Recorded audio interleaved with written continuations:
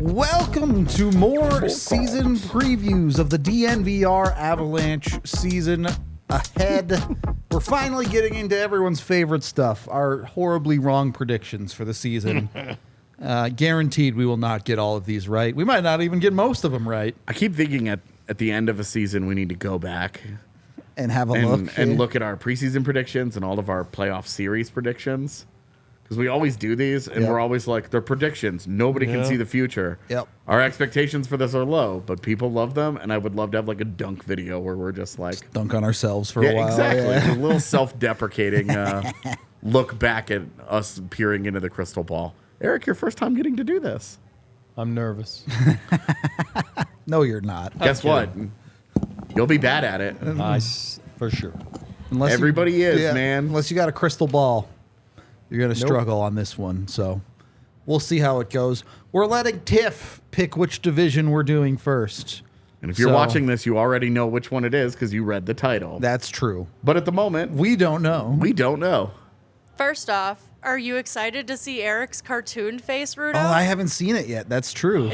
I'm so excited for you to see good, it. Man. Is it that good? Yeah. Did D-Line crush it again? Yeah. I'm ready. Oh. He looks like HD, while the rest of us look like standard definition people. I mean, Megan's always in 4K. That's true. He's got the face head tilt to the side. He just looks more three-dimensional. You and I are 280p. Yeah. That's comfortable. That's my lane for sure. Same. Starting with the Metro, clearly here. You guys want to start at the bottom or the top? What do you think? Let's start at the bottom where there's apparently consensus. Close to consensus here. We're all on board that Columbus is going to have problems. And let me ask you this. Does this spawn from their roster, which I do think is not that good, but how much of this comes from the chaos that organization has gone through this offseason? For me, it's a lot of that because I remember I covered the 16-17 Avalanche. Yep. That kind of upsetting of the apple cart right before training camp was really hard for everybody to get on the same page. This is an extreme example of that with what happened in Columbus with Mike Babcock. So, because before this, I was buying stock in Columbus.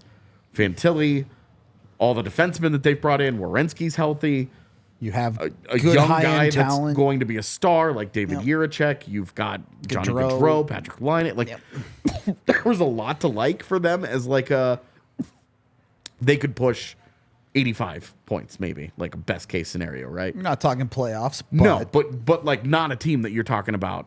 Bottom of the barrel. Yeah. Right. And so this to me is a result of the chaos. Yep. Because I also don't think they're going to be good enough. I agree. Right there. It just pains me to write that as last. Because the new coach there, obviously by default, you know what I mean by that. With your guy.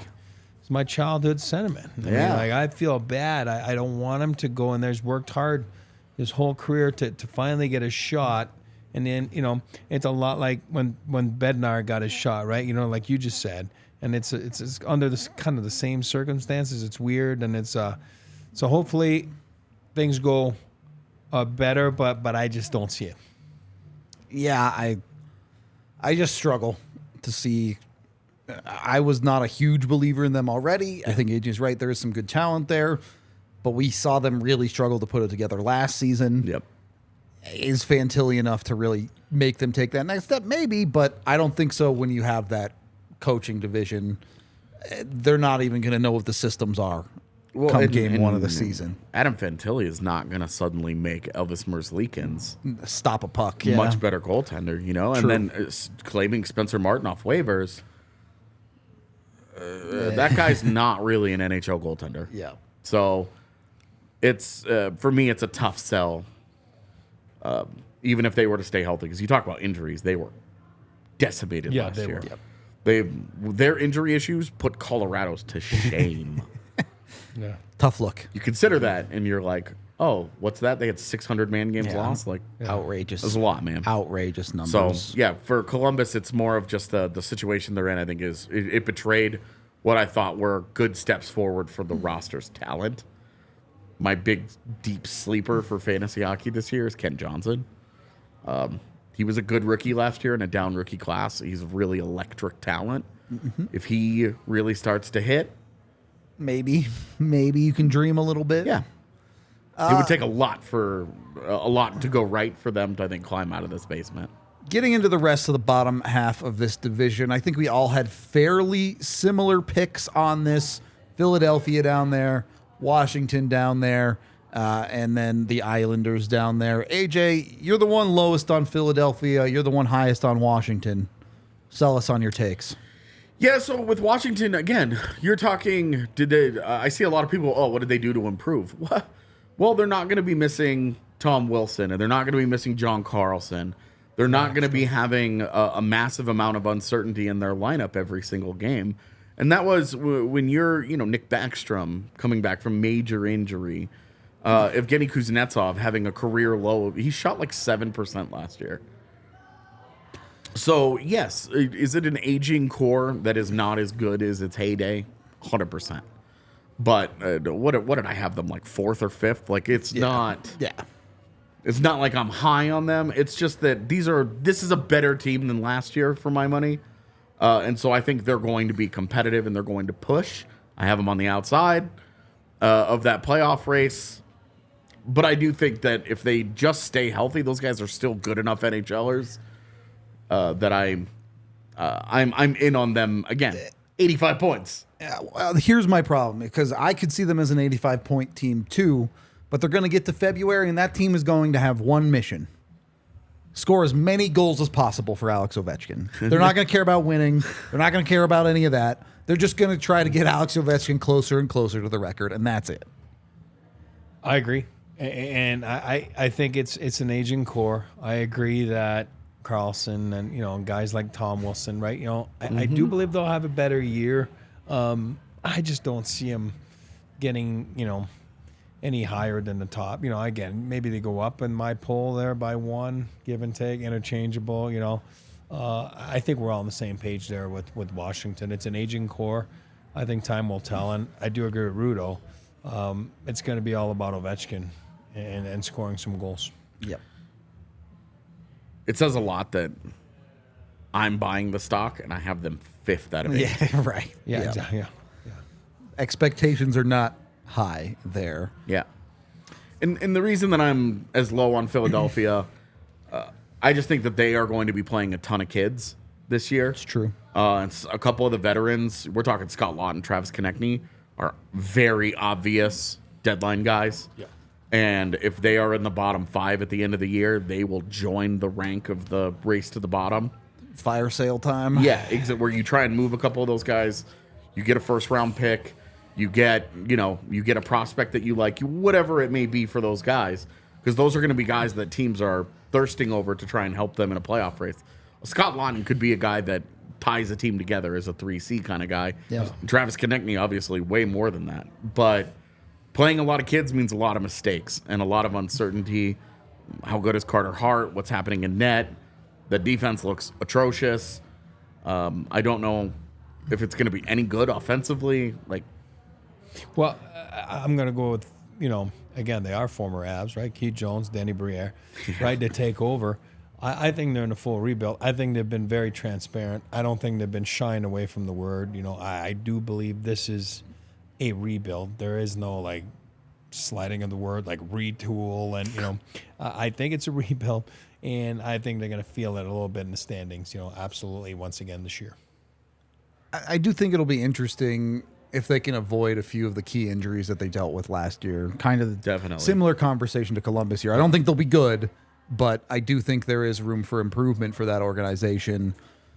If they choose to stick it out, you're right. If they decide to go, everything must go at the deadline, it's going to be ugly. Yeah, but, and it doesn't even have to be a Big Lots kind of situation. No, you can get value for those guys, right? For sure. It's specifically, I'm looking at Scott Laughton and Konechny. Yeah. Specifically Konechny, of those two. I mean, that should be premium pricing. Exactly. For him, he could be easily one of the best players on the market come trade deadline. Oh, it'd be coveted for sure. Yeah.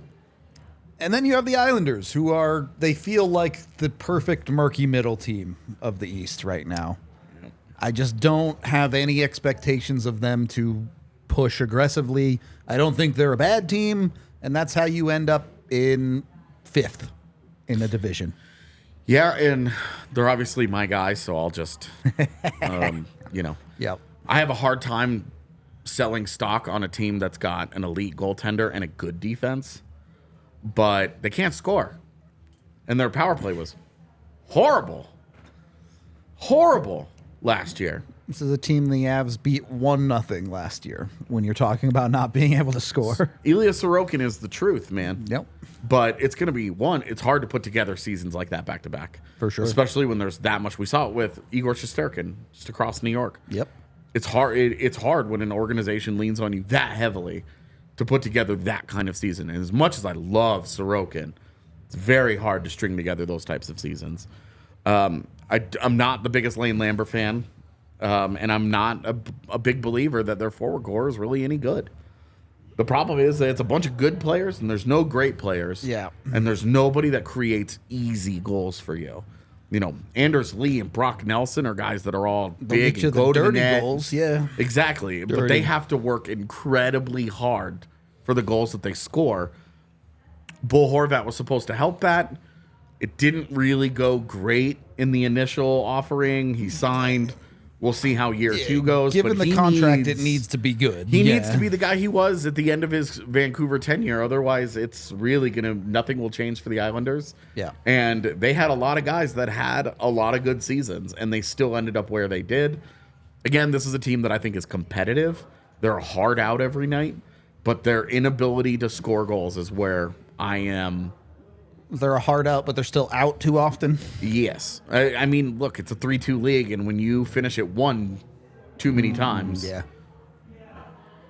you're going to struggle to win games. I'm a big Mr. Lamoriello fan, so I think they're going to be there. I think they're going to fall short, obviously, by my prediction, our predictions. But you're right; they're going to be a tough out. They're not going to lay down and die. No. And when you have Sorokin and our buddy Varlamov has a good mentor back, like whatever you want to call that to him, a good tandem there. They're going to be in another big game. It's just like you said, it's the scoring. It's going to be tough, and unless you really get those high shooting percentages years out of some guys, you never know. Need a lot of them, but you need about 5 or 6 of them to get through. Because you're right, it's not natural. Oh, and is Brock Nelson going to score 30+ again? What was the shooting percentage last year? I actually don't remember. I don't remember. Yeah, I couldn't tell you off the top of my head. I love covering the bottom half of this division. We're all kind of talking as the number 5 in this division is out of the playoffs. Are we in agreement then that this division is the weaker one in the East? Yes. Okay.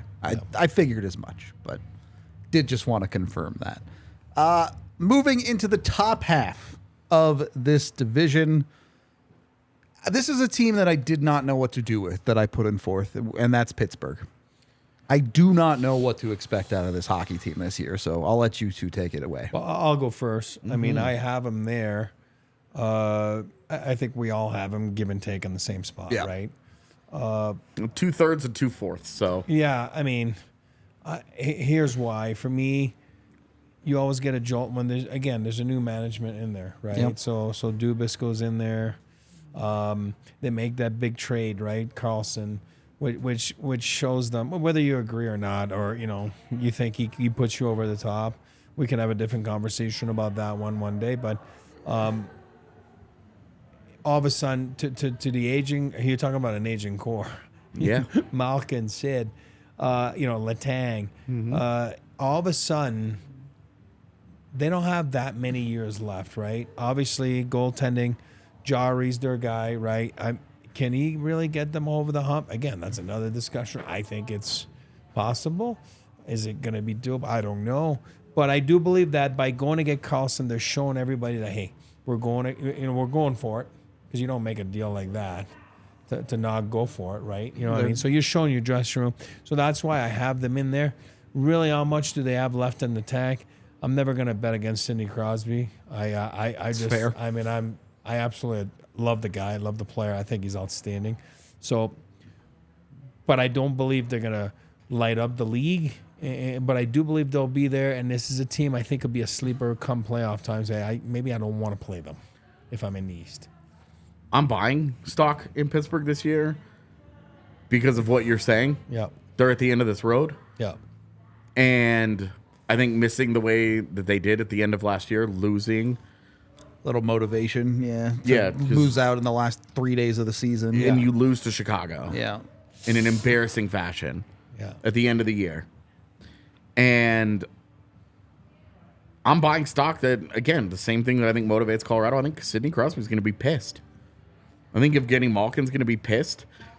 And Chris Letang, look, he's had 2 strokes in his career, and he's still in the NHL. It's remarkable what he's done. Yeah. But he slipped considerably in their defense last year and their ability to generate offense. Erik Karlsson's coming in and takes that away from him. You don't need Chris Letang to do that anymore. Last year, they did. Yeah.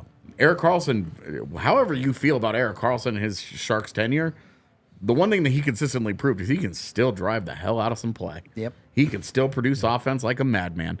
Is he completely selling out to do it and not worried about the defense? Maybe. Yeah. He won't have the same freedom in Pittsburgh that he did in San Jose to just go for it all the time.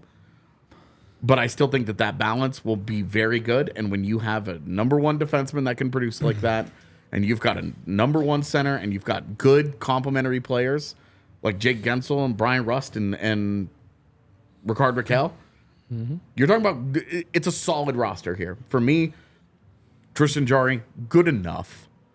Probably the guy that I think holds them back in a playoff race, like in the actual playoffs themselves. But in the race to get to the postseason, good enough for me because I think the rest of the team is better than what the Rangers have. 2 things I would say that I'm worried about holding them back. 1, are there enough pucks for Chris Letang and Erik Karlsson to be effective? Yes. Even if Chris Letang is taking a step back role, I wonder how effective he will actually be. 2, you bet against Father Time enough times and it's going to burn you, all right? I'm not just Crosby, not just Malkin, but Karlsson, Letang. You look down the rest of their lineup, sure, they have some auxiliary pieces in the right age, but sooner or later, every team that has guys in their late 30s, it all falls apart. What, Washington? We just talked about Hello. Yeah. So do they have a season like Washington where the old boys break? Yep. Because if they do, they have no shot. Yep. But I am betting at for the moment, they're not walking in with the major injury issues. So I'm buying stock that through 82 games, they're good. Fair enough. Fair. Moving up the list, the Rangers are the other one in this. We probably think they make the playoffs, but mid-ranging the division. Where are the Rangers? Because this was a team. My man right here. This was a team that 2 years ago they said, we're in our cup window. It's go time. This is it. And now, are they even a cup contender? Like they went hard at the deadline. Tarasenko and Kane. And they get bopped in the first round. I don't know. I don't know if they have the horses to push themselves into real contention. I think they're a playoff team, obviously. They've got great goaltending. But you're just not going to see 50-goal seasons out of guys like Chris Kreider again, are you? Well, and he had a 36. He had his second best year last year with 36. So are they going to continue to get that? Where does the improvement come from for the Rangers? That's my number 1 sticking point with that organization right now. And that's the problem, because you got the breakouts from Lafreniere and Kakko last year. Well, certainly from Kakko, Lafreniere less so. Better than his previous season. But put it that way. it's been incremental improvement. If it's incremental again this year, maybe there's something to talk about. It's not good there. enough, though. Yeah, fair. If it's incremental, if Laf takes a huge step, Kakko takes a huge step, and those guys live up to the draft status, finally, I feel very differently about this team. Okay. But it's really hard for me to believe that these guys are taking those really big steps and not potentially just small steps. And the rest of the organization, the rest of the team, it's a good team. Yep. Well, You have Zibanejad, a solid defense. You have a number 1 center. You have Artemi Panarin. Trouba. You've got Vincent Trocheck and Filipino down the middle. It's a good hockey team. I think they're in the postseason. But is it a assuming great Igor hockey Shesterkin team? holds up. But Sure. I could also see it where they end up 4th on the outside looking in because they couldn't handle a wild card because the other division is going to be that good. And Shesterkin, like you just said, right? Does he go back to that Was it 2 years ago? Is he You know what I mean? Vezina Like, caliber? Does and- he go back to that? At the moment, Jonathan Quick is their backup. And that's a concern. That's a to say huge the least. question mark because that's even if that's 15 games. But I think he's. No Last faith. night I read something that he might be gone. Read that last night. And Well, what's the answer? Yeah. They have somebody else again. what was his name? Dylan Garand is the guy from Hartford that they think so. had. Do you have any more faith in that guy than John Quick? I don't know. I don't know him enough. Yeah. I don't know him at all, actually. So That's what I'm saying. We talked Yeah. about this with the Avs and Annunen and Francouz. Those 15 to 20 games are not irrelevant. That's a Yep. fourth of your season. Yep. and there was a lot of change, right? There was Gerard Gallant gone. Yeah. That's a big thing. I mean, you're talking about Jim Ramsey had an athletic trainer for 30 years. Got let go. So there's been some changes. Yeah. And it does make a difference in the aura of a dressing room. So Yeah. we'll see how they go about that route. And look, then you have the top two. I think it's pretty clear everyone sees Carolina and New Jersey at the top of this division. Yeah. However way you want to shake them. Carolina, the team that's been there for a while, has put together what a lot of people consider to be the best defense in the league. New Jersey, kind of the new kid on the block with ridiculous forward depth. Where is it their time? Let me ask you that. Is the top of this division capable of competing with the top of the Atlantic? Yes. Okay. I think those two teams, New Jersey and Carolina, actually have fewer question marks about their viability as cup contenders than the rest of the East. I think those are the two best teams out East. I agree with Carolina for sure on that one. Assuming Svechnikov is healthy. He is. I mean, again, we're not doing these predictions, but I think one of those two teams comes out, and depending on the matchups, right? I think one of those two teams come out of the East. Whichever team wins their second round matchup. That's what I'm saying. Depending on the matchups. Yeah. God, I hate those matchups sometimes in the second round. But it is. I mean, whatever. It is With what it is, Carolina, right? can they score goals? With New Jersey, can they get the goaltending? The same questions that they had last year, they have this year. Yeah. Yep. Carolina will always have a bit of the looming question of can their goalie stay healthy. But They have a three-headed why they got goaltender three. at the moment. Yeah. You know, with Koketkov out there, they're paying all of them real money. yeah. Yeah. So they know that Freddie Anderson or Antti Ranta is going to break. One of at them's some going point. down. Yeah, they know. They Fair know. enough. Fair enough. I That's think good business then, because you know your commodity, right? You know what you got. Yeah, regardless of success, I think New Jersey might be one of the funnest teams in the league. Agree. oh yes. Looking at that forward core between Jack Hughes, Jesper Bratt, Nico Hischier, Timo Meier. Timo Meyer. Just a casual 40-goal guy that they added. The list goes on and on and on. Everybody's saying Hischier is going to win the Selke. Selke Yeah. because Bergeron's gone. That's it. He's the new Bergeron officially. Bergeron. Well, he's first Lefty. in line. Kopitar's still hanging around in the league, yeah. all right? He's third in line. Do Who's second? you want to fight? Sean Couturier. Fair He's enough. back. Couturier is back. Yeah, I do think this division is pretty straightforward at the top. Sure, if you want to have the conversation about the Rangers and Pittsburgh thing, I'm here for it. But I think it's pretty clear-cut Carolina and New Jersey are the teams at the top of this division. Barring major goaltender variants or injuries Yep. changing this, it feels like there are tiers here to me. Yep. Of 1 and 2 is the clear-cut top two. Yep. And then everybody else you can break into smaller tiers, but it's all just shifting. Yep. Agree. All right, that's going to wrap up our first division prediction of the lead up to the season. We still got the Atlantic and the West to come. So keep it tuned in, like and subscribe here on YouTube, and we'll see you in the next video.